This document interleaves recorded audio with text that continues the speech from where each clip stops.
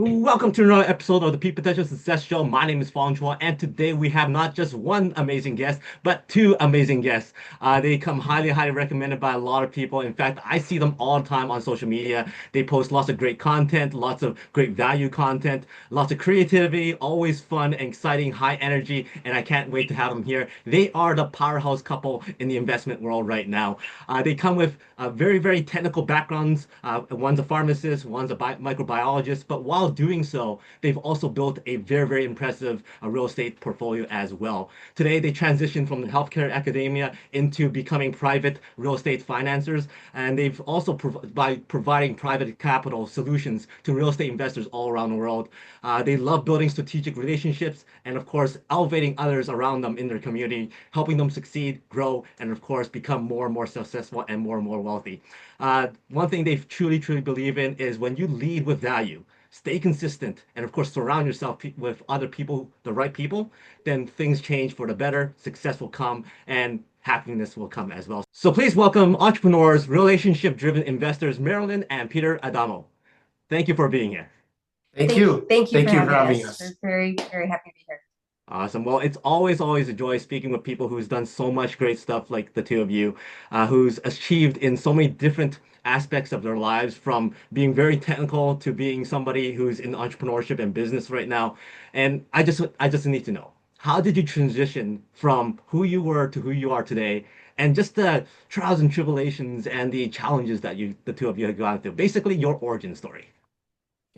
Yeah, so as a pharmacist, I went to school, I did really well, and I pursued that direction, and it was great. I was a great pharmacist. I loved the people, and one thing I didn't get was the business education. And so all these years, I just focused on patient care, working for other people, but I always connected so good with the people, and that's what really lifted me every day. And when I saw how the owners of pharmacies were in a different position, where the customers were more connected to the owners had a lot more ability to do more for people. And rather than just working for somebody else, I started to have that dream of being the person that everyone asked for, rather than saying, just the other person. Anyway, so we were going through a time where we tested out waters in another thing.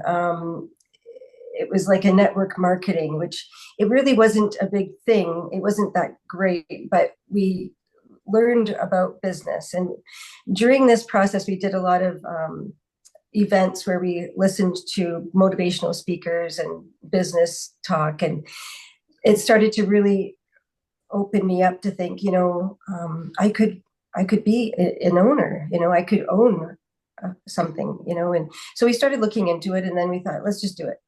It was, I had worked in the States for 10 years. So the money was incredible over there, making time and a half in the exchange.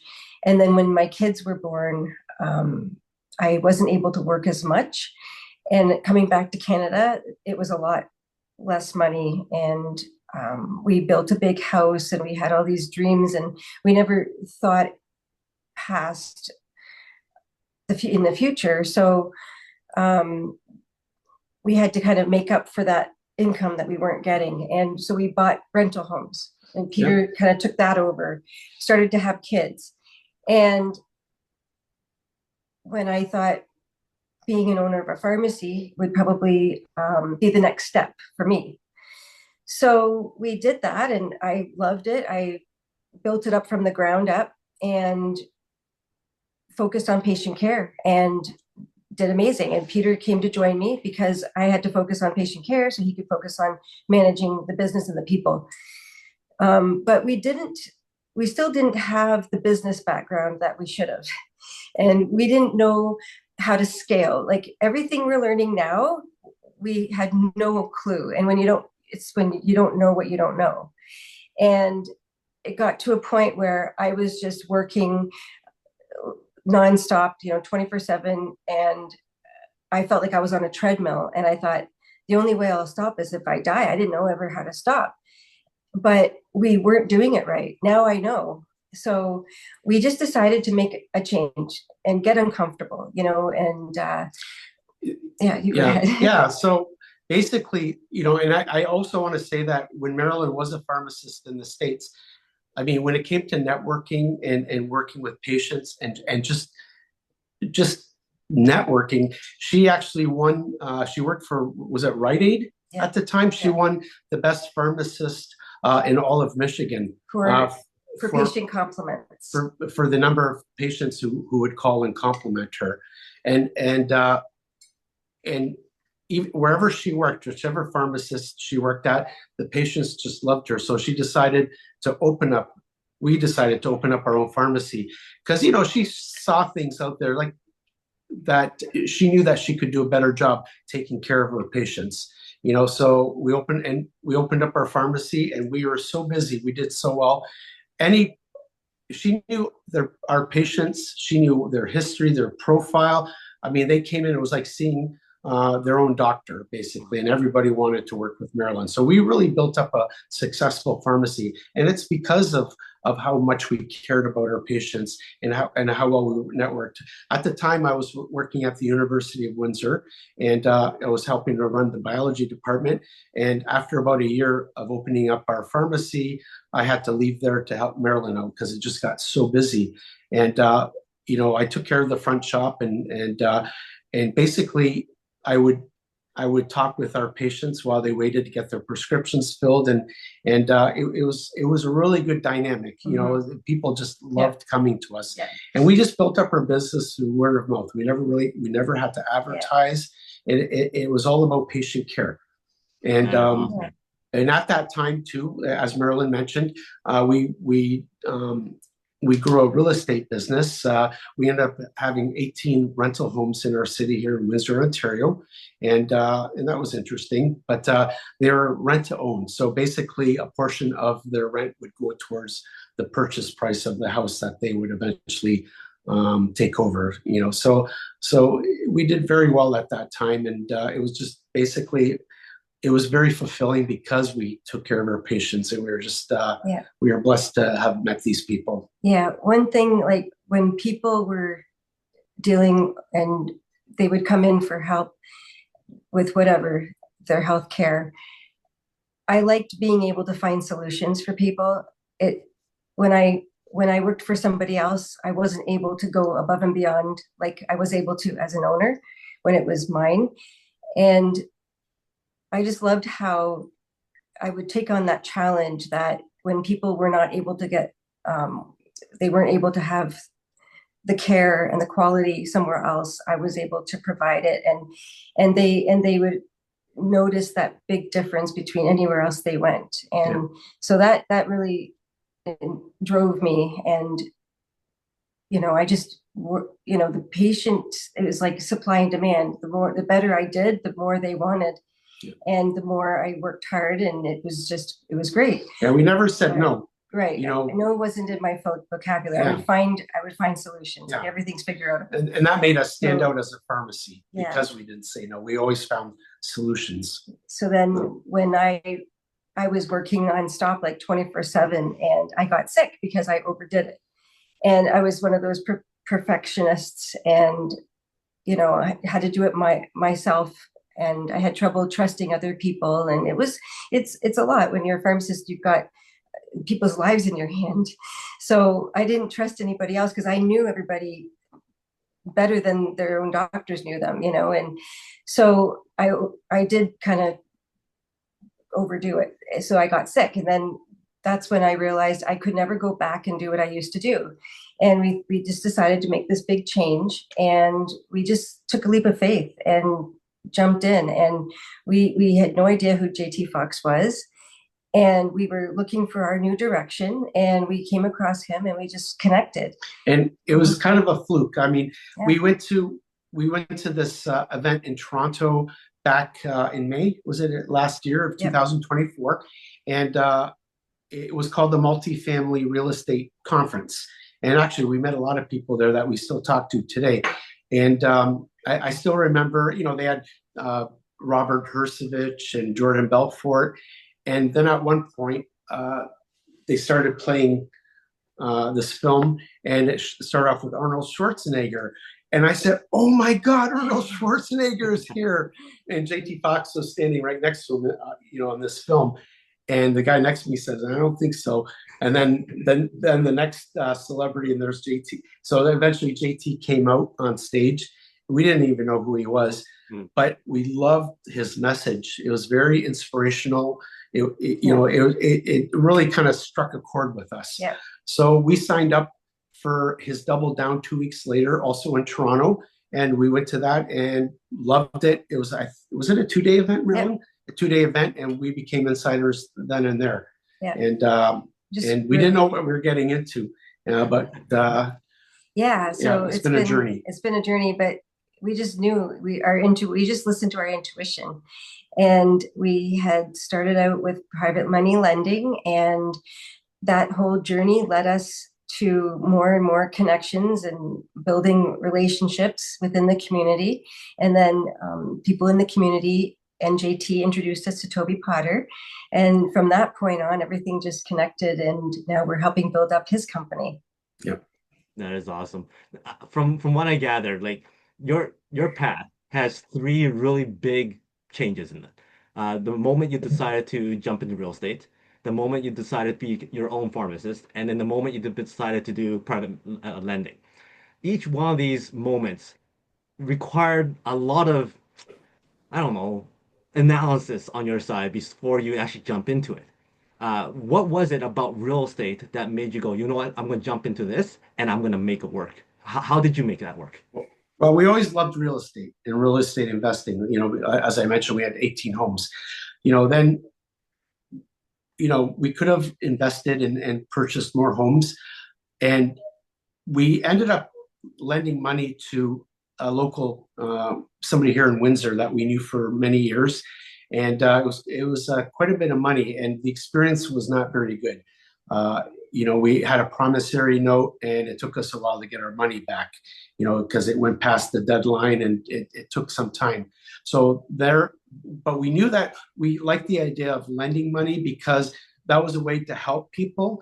When we had our 18 homes, for instance, we'd go to the banks to try to get money, and they would cap us at about 4 homes. It's just this thing with the banks. They start getting nervous because as you're building up your portfolio, your risk increases. So they started getting nervous, and they kind of capped us out at about 4 or 5 homes. So we started having to go to friends and family and get them involved too, and you know, go 50-50. But so we realized that that was always a struggle. So we decided to get into lending to try to find a way to help investors scale, because, you know, who are the banks to say, oh, no, you're capped out at 4? Because, you know, if somebody has the dream of owning 20 or big, you know, like, we wanted to help them with that journey. So we started lending our own money. It didn't go very well, so we partnered up with a capital partner in the States. And the first one didn't work out so well, but we eventually hooked up with Toby Potter, who's an insider with JT, and he owns he's the CEO of Global Integrity Finance, and it's been really good after, you know, since then. And for me, as a pharmacist, you know, I thought I'd be a pharmacist my whole life. And for me, I didn't know anything about real estate. I just followed and trusted Peter's direction on that. But what I've learned is inspiring for people like me who are kind of like stuck in their jobs or has a profession, and you think you have to do that until the day you die. Like, you set your path and you think that's it. I'm kind of like trying to show an example that anybody can do it. Anybody can make a change. You know, I was a pharmacist for 30 years, and I'm grateful now that I had all those years, but I'm also grateful that I have a lot of years ahead of me, and I can do something new, and we can all do it. And it's uncomfortable. It's a big change. Everybody stays in their own path because that's what's comfortable. But when you audit your life and you realize, am I really happy? Is this really fulfilling me? I just knew that I was destined for more. I knew I was able to do more. And that it was kind of like a profound how Peter, his dream was the real estate, and I really thought I was just going to be on the sidelines and support him. But going through the wealth workout from JT Fox this year, it really opened my eyes to bring out in me what is my gift and my talents. And I realized I do have a talent and a gift for this, especially because it's all based on relationships, building relationships. And what I learned in wealth workout, I know I can do any business. It doesn't have to be pharmacy. So I'm really excited that I'm able to change direction and show people that they can too. And, you know, Yeah. follow your heart and have goals, and like, don't feel like you have to settle just because it's something you've always done. It doesn't mean you have to keep doing it. Yeah. There's lots of people out there who really relate to that message because they want to make the change. They're not happy with their current circumstances. They want to jump into business. They want to start real estate. They want to lend money, whatever it is that they want to do. Unfortunately, sometimes people around them are telling them, don't do that. It's too risky, or that's easier said than done. You're gonna be losing everything and all kind of stuff. Was there anybody in your lives that was telling you, hey, stop, slow down, or it's too risky? And what did you do to overcome that? Well, we disassociated with them.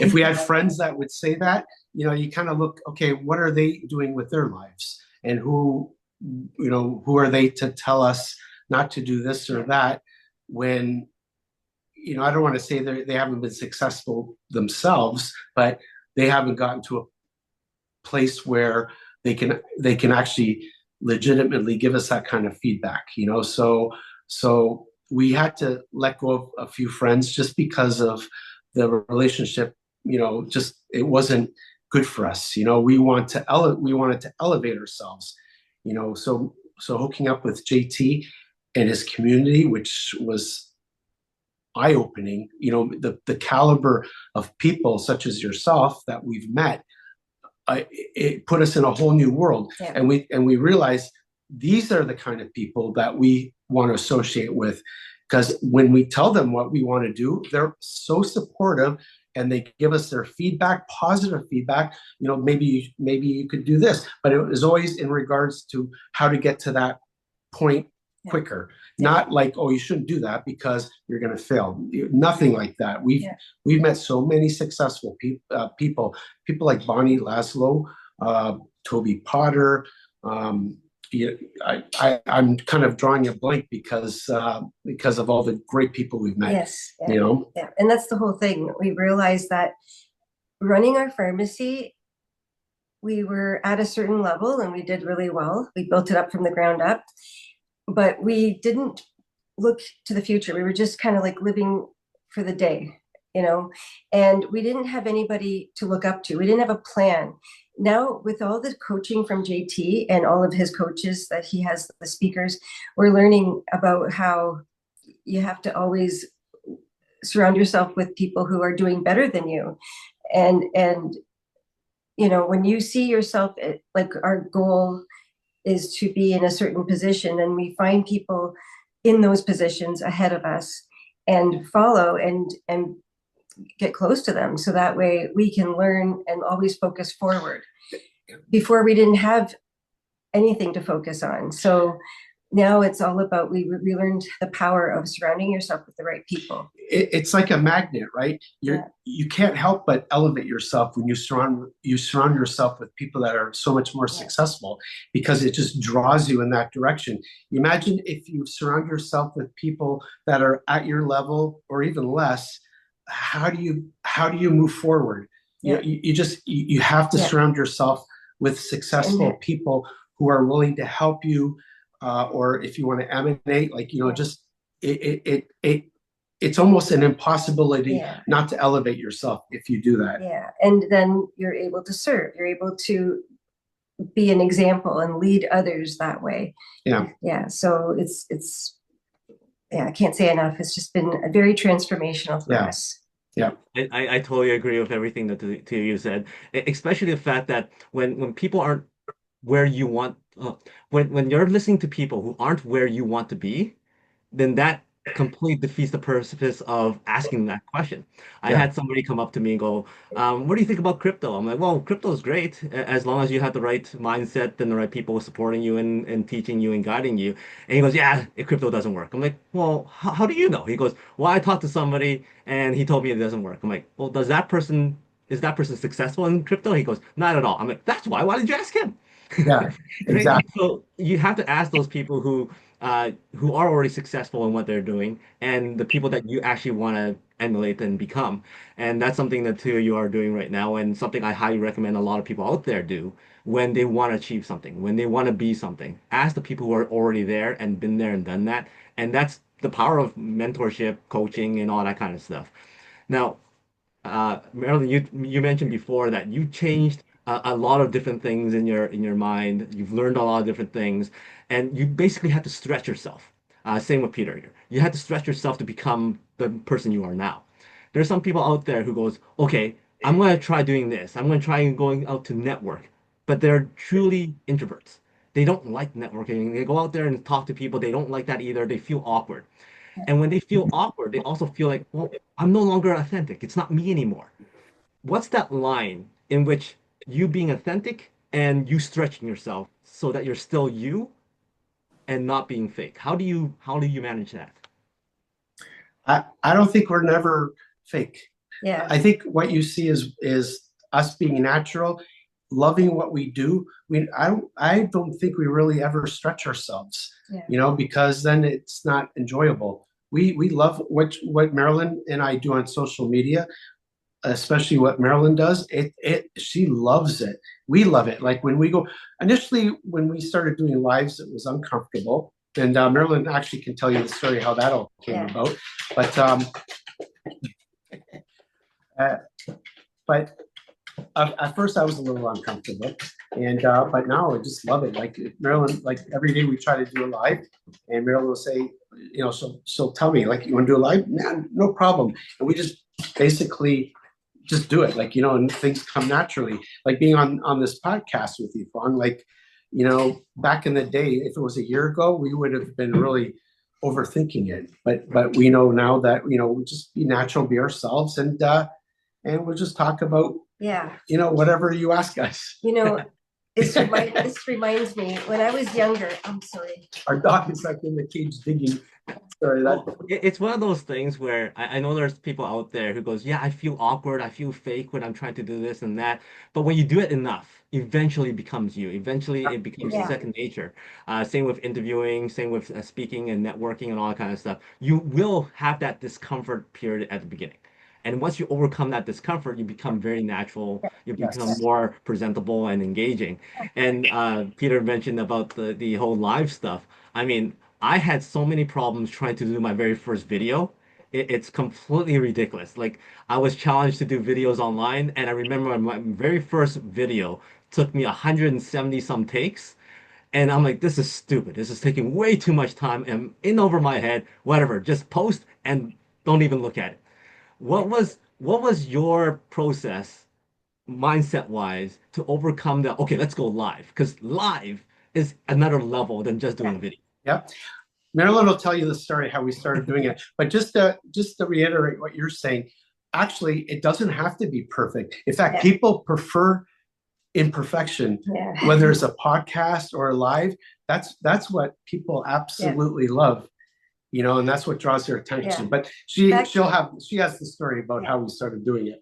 Well, wanted to mention back in the day when I was young and I started going out, I was very shy. I had a hard time communicating and being out there. And I would have, I would go to a bar and we would have a drink and alcohol. And I felt that would help me, it would help me relax a little bit and I could get social. So that helped me. And over the years, we drank socially. But then a year and a half ago, just over a year and a half ago, I just woke up one morning and I was like, we're done, you know, not, and it was shocking because I always thought that people who had to stop drinking was because they had a problem.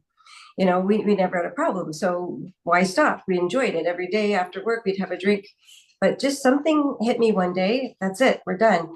And I said that about myself. I said, I'm done. And then he said, well, I'm going to do it too. Yeah. And it was almost like a challenge to see if we could, because it was a habit. Every day we had our Manhattan or a martini after work. And I said, you know, the more I thought about it, it makes sense, because we're making a change in our life right now. We're not just going to work every day and then coming home and sitting and watching TV anymore. Like we have to get serious about our future and make this change. And so he said, I'm going to do it too. And we just changed our habits. Instead of being home in the evening where we might be tempted, we just went out and used the pool at the community center. And so like I look back and wonder, how am I so confident and out there and happy and communicating with people, whereas I used to think I needed a drink to help me be relaxed enough and not shy, because I was always really shy, and I'm still shy. That's been like one of my biggest challenges. You know, JT always says, make your biggest weakness your biggest strength. So that's part of it, challenging myself.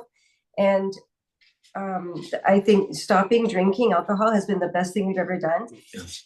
And it's kind of crazy if you told me 3 years ago, I wouldn't have understood it. I wouldn't have got it.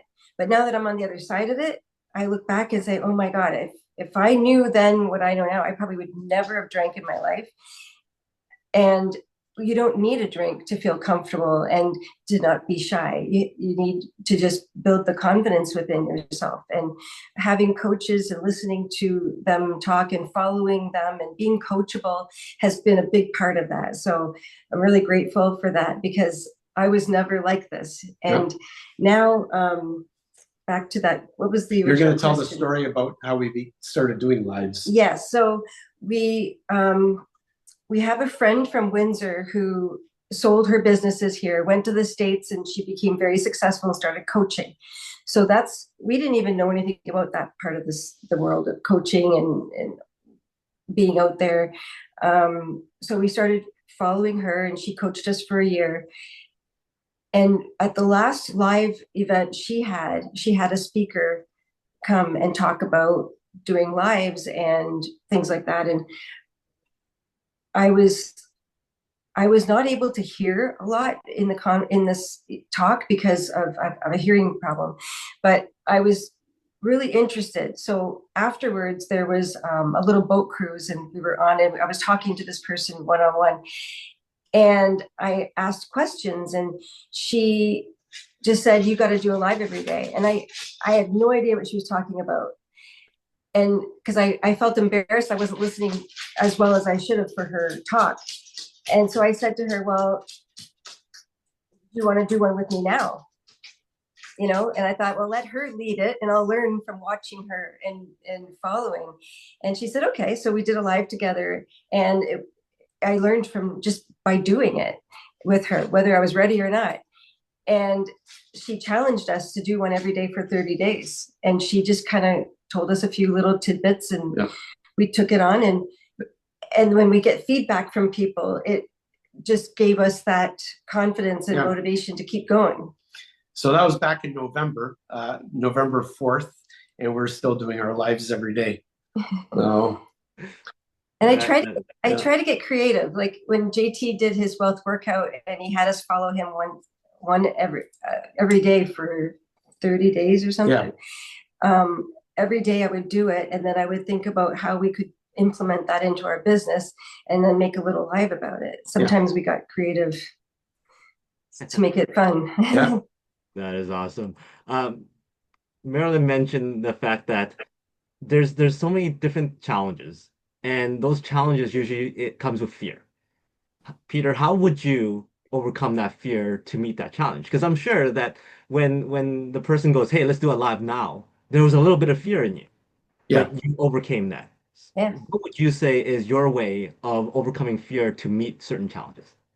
You have to kind of, I would say fear is your mind playing tricks on you. You know, your mind thinking, okay, what if this doesn't work, or if that doesn't work? And sometimes just doing it, you know, you overcome it because you have no choice, you know. So with the live, you know, I'd say, okay, let's just do it. And then once you're on it, your adrenaline kicks in, and you're just doing it. It was like when we went on stage at Mega Success, JT interviewed us. The worst part was backstage waiting to go on stage, right? The nerves. But once you're on stage and you're sitting down, the nerves are gone because you're now performing. Like, you just have to, so it's just doing it. Yeah. If you have any fears, just remember your mind is going to come up with a million reasons not to do it.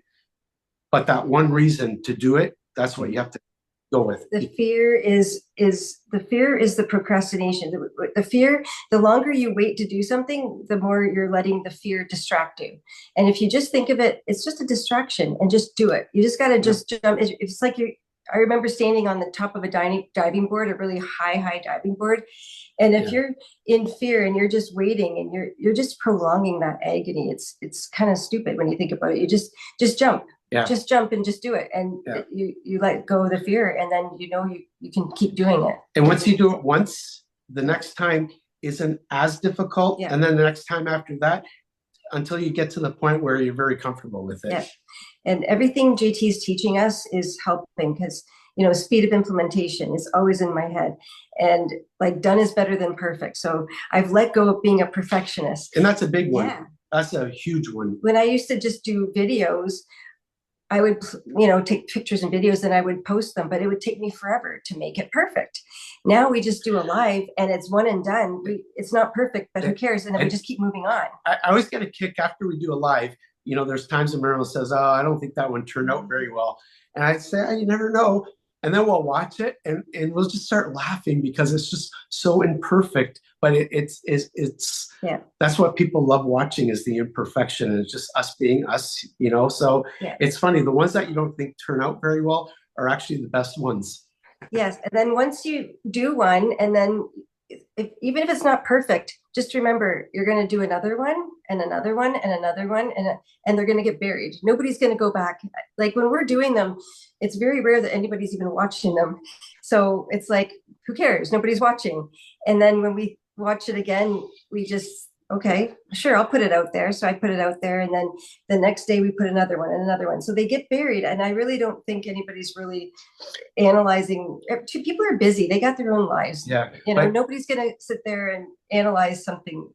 So, but it's interesting because people are watching the recordings, because wherever we go in the city, we have people coming up to us. Like the other day, we were at a country club sitting outside. We were the only ones out there. There were people golfing. And this lady saw us from inside. She was having a meeting, came out to us and told us she was a big fan of ours because she watches our lives. And that was so nice of her. And we have other people, like we have people approaching us, telling us that they see our lives. So people do watch the recordings, and it's we always find it cool when people come up to us and tell us that they watch them. And I always have like a purpose. I'm like, what can we do? What kind of value can we add to anybody that's watching? So that's like, that kind of guides me. I don't want to be on there and just show off whatever I'm doing, wherever I'm going, what I'm eating or traveling. I like to find any way to add value to anybody watching. Awesome. Now, I see the two of you together all the time. And it sounds like the two of you have been working together ever since, whether it's in the pharmacy, the real estate, to right now what you're doing with private lending. Yep. What is the secret of working together? Because there's lots of couples out there, they go, there's no way. You do your thing, I do my thing. We see each other at night or at home, whatnot. But two of you are always together, are working together, and the two of you create magic together. What's your secret? Thank you. I say we each have a strength that we bring into the relationship, into the things that we do. I couldn't do what we do without Marilyn, and she couldn't do what she does without me. So we have that perfect synergy, but we don't do the same thing, so we're like two puzzle pieces that kind of fit, and we have total respect for each other. She might not agree with some of the things I come up with, and vice versa, but you know what, there's always that middle ground, and it works, and we love being with each other, and we love working together. So we we allow each other to be who we are. So I Yeah. allow him to be who he is. He allows me to be who I am. And we have a common goal. So thank God we want the same things. That's the thing. You find somebody that you want the same thing. You have the same goals. And no matter what, you know you're not always going to agree with everything. Yeah. But if anything comes up, it's just a distraction, and just keep thinking it's a distraction. Just focus on what your why is, what your real reason why you're doing this, and then it makes everything else just less important. Yeah, we totally support each other in everything that we do, you know, just and so it's just having that respect and knowing that you're there to support, you know, like I'm there to support Marilyn and she's there to support me. That is awesome. Now, I have two more formal questions for the two of you. The first one is this. What is your greatest failure in which turned into a great life lesson? And for each of you. I could start with that. Yeah. I mean, basically, I mean, I could think of our pharmacy. You know, we could have done things better because we had a successful pharmacy, but we had created a job. We didn't work on the business, we worked in the business. And it was just, I mean, Marilyn would get up at 3 o'clock in the morning to start billing. We'd get home at 8 or 9 o'clock at night, have a quick dinner and go to bed and start the routine over again. And it finally caught up. But if we knew what we know now, we would have known about how to scale the business, how to get the key players, and how to grow that business and work on the business, not in the business. Yeah. So yeah, like thinking that I can do anything, like, you know, when you have kids, they think they know everything. And we probably had that mindset and we didn't know what we didn't know. And, you know, thinking that I could just open up a pharmacy from the ground up without having a coach or a mentor, someone to look up to. I should, like, now I could go back and I know exactly what I would do and make it a huge success and scale and own multiple pharmacies easily. But, you know, it's okay because that was the journey where I did a lot of work and learning through it. And now I know that I can do anything. So looking forward to the next, what's next, you know, and taking all the good things that we still have. Like, we're grateful, we're still young and energetic, and we've got our health, and we can pour into anything in the future now and bring value to people that way. Great lessons there. And my last formal question is this. What is one message that you would like everybody to remember you for? One for Peter and one for Marilyn. I want people to know us as honest people that we're so sincere, and when people see us, there's never a hidden agenda, and we truly care about people. You know, we ever since we've joined this community with JT, you know, we like to provide value for other people. You know, whether it's having them meet somebody else that we know that can help their business career, whether it's words of advice, you know, hooking up with Toby Potter, we've partnered up. We have referral partners, but like they're partners where we brought them into this business of lending, to show them the ropes, because, you know, either these people need a direction also, which Toby provides them, but it's providing that value and that mentorship. You know, not that we need mentorship too, but we love to provide value to as many people as possible. But when people see us, we're sincere. There's never any hidden agendas. We're, you know, I consider us, you know, good people that really do care about other people. Awesome. And for me, you know, to think of one thing to talk about, because I could probably really talk about a lot of different things with this one question, but everybody's going through their own journey. We're all here, we're all equal, we're all part of God, you know, and we're all here having a human experience. And I believe that if we stop, you know, feeling sorry for ourselves and stop thinking about ourselves, and just focus on what we can do for other people. It takes that attention off yourself and putting it into other people and helping other people. And that's where the magic happens. And then, you know, what else was I going to say? It's well said, though. You know, it's all about helping other people. Yeah, and showing, like, I love that I found a coach that leads by example.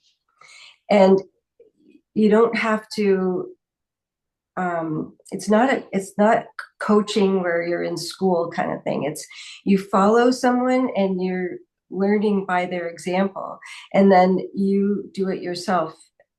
You know, paying it forward, and you're following along and leading by example in your own way by focusing on helping other people. And yeah, I don't know. Great. Well, those are good, great words to live by, and stuff that people should really consider putting into their own lives, because being around amazing people helps. Having the right mindset also helps. Allowing yourself to stretch also helps. So great words. Thank you very much for those life lessons, and great messages for people to remember you for. Before I do let you go, I have a few quick rapid fire questions for the both of you. Give me the first thing that comes to mind. All right. Both of you are stranded on the desert island. One food that you can eat for the rest of your life without any consequence. So you'll still be healthy, you'll still be in shape. What's that one food that you would like to have for the rest of your life? Coconuts. Coffee. Hollywood calls and goes, "Hey, we love your story. The power couple for the future. Who would you cast to play the two of you?" Who, if they wanted to make a movie about us, who would you want? Who would you want to play you, and who would you like to play Peter? I still didn't hear. Which actors would you want to play us? Oh, if we were a movie and there was actors that played us? Yeah. Oh my gosh. For her, I'd say Sandra Bullock, because people had said that she looked like Sandra Bullock, and me, I think Brad Pitt, maybe. I think there's a similarity, right? Or Kelly and Mark. Kelly and Mark, yeah. I see that. For Marilyn, you're stuck in a car ride for hours. One song that you would like to listen to over and over again. What's that one song? I Can Do It With a Broken Heart. Taylor Swift. Great choice. Peter, you get to win a gold medal. Oh, I wanted to answer that question. Oh, okay, sure. Go ahead. Black Dog by Led Zeppelin. Great choice. Both of you. You get a choice to win a gold medal in any sport. What sport would that be? Swimming. Yeah, I would have picked swimming also. For yourself? Yeah. Okay. I used to be I was a swimmer, and I won an award. So yeah, I love it. Yeah. The people who got casted to play you shows up at your door and goes, "Hey, let's hang out. Let's have some fun. Let's get to know each other. But first, they want to eat." And both of you go, "No worries. Come on back to our dining table. We have something all set up for you. Your specialty. What's your special dishes?" Pasta. Yeah, steak. I love making steak. Awesome. Pan seared on a cast iron. I think that makes the best steaks. When I used to cook, I used to love making pasta. Yeah. But Peter has done all the cooking for a long time now. Yeah. Sounds great. Okay, both of you give me a number from 1 to 5. 5. 3. Okay, so Marilyn's word is berries. Okay. What's it? Berries. Okay. Berries. Oh yeah, berries. Okay. And Peter, you said 3, right? Yeah. Fire log. Okay. Okay. So the question is, utilizing these words, what is the metaphor for success? So how is success like berries, and how is success like fire logs? Well, I think of fire logs as fire, and you want to start a spark is what creates the fire. So you need to have that spark, to create the fire, and that fire is what pushes you forward, I guess. Awesome. And how is success like berries? How is success like berries? I think of berries, I think of raspberries, and I don't know, if I had time to think about this, I could really come up with something good. But just I'm thinking about community, and it takes a village, and having, relationships and people around you, and it's like a basket full of berries. I would say that people love berries, like the taste of it, and that's how we want people to see us. As berries, because we want people to like us just as much as they like berries, right? Berries are easy to eat, and we want to kind of be like that too. Not that we want people to eat us, but we want people to know how easygoing we are. Awesome. Well, nicely done. That's how success is like berries, and also how success is like fire logs. Thank you very much for both your time. It's been a blast, lots of fun, great getting to know the two of you. What are you looking for right now from people? What's the best way for people to get in touch with you?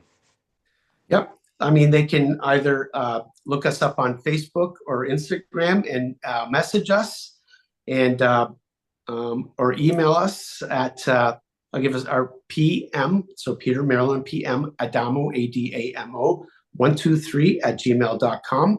We have if anyone's looking for if they have an investment like a fix and flip, they can look us up. Toby's rolled out a new program. It's 100% financing with all the lender fees and monthly interest payments deferred until your property is either sold or refinanced. So basically, for a couple $1,000s up front, you can make 50,000, 100,000, whatever profit you're going to make from your fix and flip for just a couple $1,000s. It's an incredible program. So look us up if you want more information. And what we're doing is we're helping Toby build up his company. So we've got people coming in who are lenders and people who want to learn about becoming a lender. And so we're really excited to offer an opportunity for people who were like us, changing careers, or people who already do it. So Toby offers amazing coaching for anybody who's brand new, newbies, or seasoned lenders. And we've got a lot of lenders from another company coming aboard with us. So we're building this up, which is incredible. So if anybody wants information about joining us, we're creating an amazing team with Toby, and he's just such a rock solid guy, and he's totally endorsed by JT Fox. And we're just so grateful for the connection with Toby, and we're excited to work with him as like relationship experts, building up his company and being a liaison between Toby, his company, and the lenders and borrowers. Awesome. Well, thank you very much. So for everybody out there, if you're looking to become a private lender, if you're looking to learn more about business and real estate, Adamos are the people that you should talk to and connect with. Very, very authentic, very, very down to earth, and you're going to have a lot of fun chatting with them. So make sure you connect with them. Until next time, today is the day to lock the peak potential. We'll see you later. Thank you, Fong. Thank you.